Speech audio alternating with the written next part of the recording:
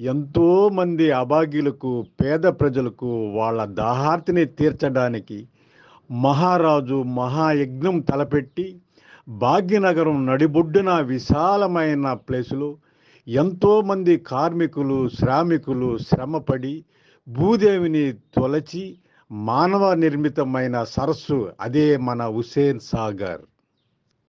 మంచినీటి సరస్సు.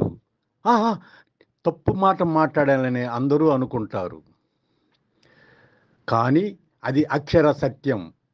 ఏ మానవుల కోసం అయితే నిర్మించబడినదో అదే మానవులు ప్రతిరోజు ఉచ్చలు పోసి కాలుష్యంతో నింపుతూ మంచినీటిని మురికినీరుగా మార్చారు. ప్రతినిత్యం నాయకులు, ప్రజలు, విదేశీయులు ప్రతి ఒక్కరూ హుస్సేన్ సాగర్ బాగు గురించి ఆలోచిస్తూ ఉంటారు. కానీ ఆలోచన వెనక కుట్రలు, కుతంత్రాలు. ఈ సరస్సును ఉపయోగించి ఎలా లాభపడతామా, విదేశీయుల నుంచి ఎలా ఫండ్లు రాబడతామా అని నిత్యం ఆలోచిస్తూ ఉంటారు హైదరాబాద్ పాలించే నాయకులు. ఏమిటి దౌర్భాగ్యం?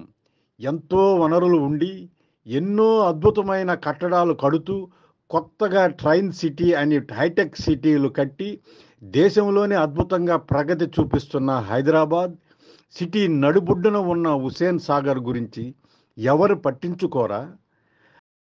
నా మురికి వాసన పీలుస్తూ ఆహ్లాదంగా ఎలా గడుపుతుంటారు అంటూ ఆవేదన చెందుతున్న హుస్సేన్ సాగర్. రాజులు పోయి నాయకులు వచ్చిన కాలం నుంచి హుస్సేన్ సాగర్ మురికి కూపంగా మారడం స్టార్ట్ అయ్యింది.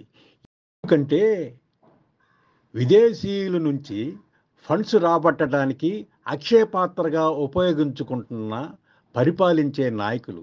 మీకు మేము ఏమి అభివృద్ధి చేయాలి అంటే మాకు మురికి పట్టిన హుస్సేన్ సాగర్ను క్లీన్ చేయండి బాబు అంటూ కోట్లు కోట్లు తెచ్చుకుని అలాగే అభివృద్ధి చేయకుండా జాగ్రత్తగా చూసుకుంటున్నారు మన నాయకులు.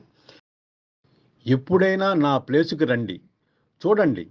ఎప్పుడూ క్రెయిన్లు క్లీన్ చేసేవి అలాగే వాటర్లో పడి కొట్టుకుంటూ ఉంటాయి. వాటికి డబ్బులు ఇస్తూనే ఉంటారు. మన కాంట్రాక్టులు బతకాలి, మన గవర్నమెంట్ బతకాలి, దానికి నన్నే ఉపయోగించుకుంటున్నారు అని ఆవేదన చెందుతున్న హుస్సేన్ సాగర్.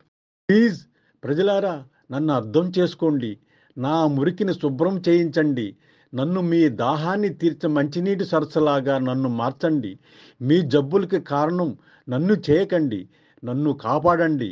మీ ఆరోగ్యాన్ని కాపాడుకోండి అని ఆవేదన చెందుతున్న హుస్సేన్ సాగర్.